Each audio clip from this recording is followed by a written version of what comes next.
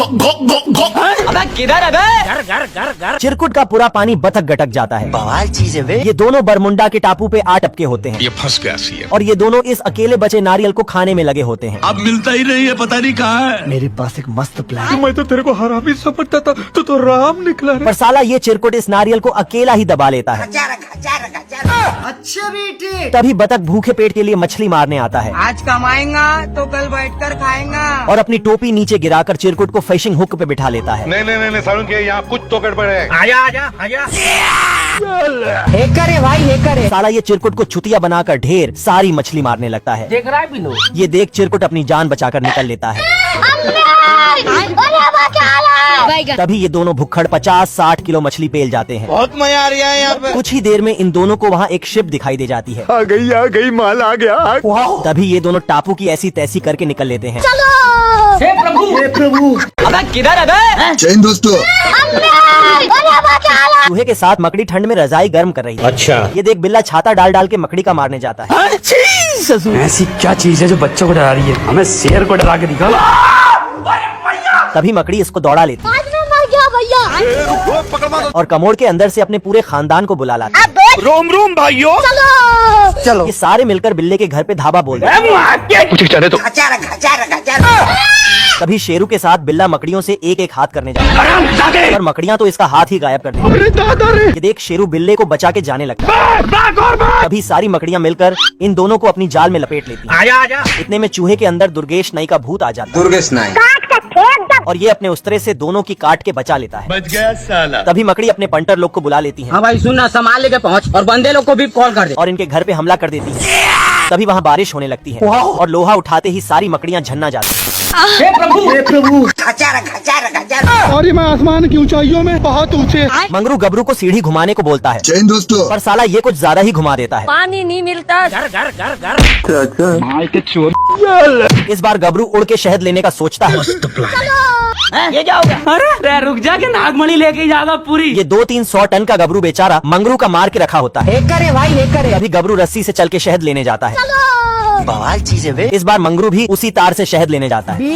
बीड़ी दे तो बताओ मैं। तभी नशे में धुत गबरू तार में करंट दौड़ा देता है और ये इसे सस्ता लैंप बनाकर छमिया को गिफ्ट दे देता है।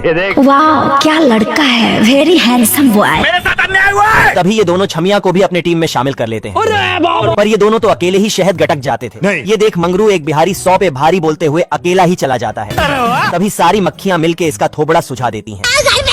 ये देख छमिया इसको दवाई देने जाती है। तभी इसके अलमारी में इतना शहद देखकर मंगरू छमिया पे खुद पड़ता है। हे प्रभु। मैं मरी जाऊंगा भगवान। ये क्या हो गया? जहाज वाले इस बांगड़ बिल्ले को बेदखल कर दिए होते हैं। पानी नहीं मिलता। भूख से परेशान बिल्ला अपना जूता दबा जाता है। मेरे दिल में बहुत दर्द है। तभी इसे दूर एक टापू दिखाई देता है। अभी मजा आएगा ना भिड़ो। ये देख समुद्र भी इस बिल्ले को फेंक देता है।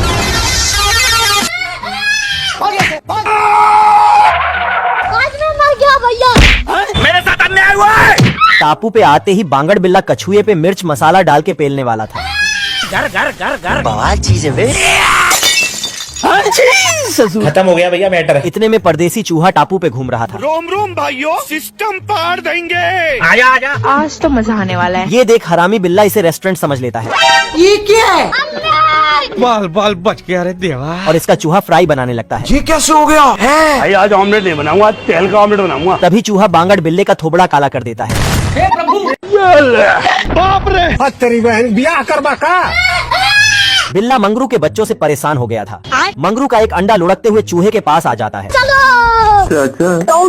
ये देख चूहा चादर डाल के अंडे को गर्म कर देता है। मुन्ना है मुन्ना। तभी ये कुराफाती मगर जन्म लेते ही आतंक मचाने लगता है। रोम भाइयों। अजीब जानवर है। भूखा नंगा बिल्ला अपने मालकिन से एक मछली मांगता है। ये देना। पर मगर तो एक ही झटके में इसे लपेट लेता है। ये क्या हो गया? साला ये मगर जितना भी खाए ये भूखा ही रहता था। अरे रुक जा के नागमणि लेके जाएगा पूरी। तभी ये घर का सिल तोड़कर बाहर निकल जाता है। बल्लू तुम्हारी जेल से फरार। घर। पर यहाँ भी इसका खाना बंद नहीं होता। तभी मगरू अपने लौंडे को खोजते हुए बिल्ले के घर आ जाता है। अबे किधर है बे? बेचारा बिल्ला एक पनौती से परेशान ही था कि तभी 3-4 इसके और भाई बहन आ जाते हैं। ये देख बिल्ले की फटी पड़ी थी। आज मैं मर गया भैया। तभी मंगरू अपने छोटे लौंडे को लेने आ जाता है। चैन दोस्तों। आजा। ये देख साला ये चूहा भाव खो जाता है। हे प्रभु। चलो अब तू गया बेटा। खरगोश कछुए को ठिकाने लगाने के लिए पुल को काट देता है। क्या रे भिख मंगिया क्या देख रहा है? साला ये खरगोश बेचारे कछुए से फिर रेस लगा लेता है। रोम रोम भाइयों।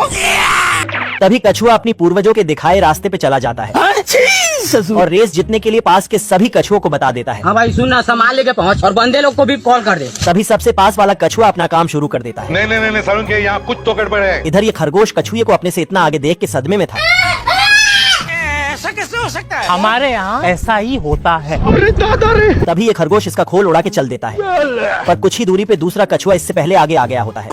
चीटिंग करता है तो। बेचारा खरगोश जितना भी आगे जाता, पर कछुआ इससे पहले ही वहाँ पहुँच जाता था। एक करे भाई, एक करे। तभी खरगोश कछुए को रोकने के लिए रास्ता ब्लॉक कर देता है। मस्त प्लान। ये कैसे हो गया है? थक हार कर खरगोश पुल ही उड़ा देता है, पर इससे भी कोई फायदा नहीं होता है। तभी कछुआ रेस जीत जाता है जय हिंद दोस्तों। और सारा पैसा पलटन में बांट देता है। हे प्रभु, हे प्रभु।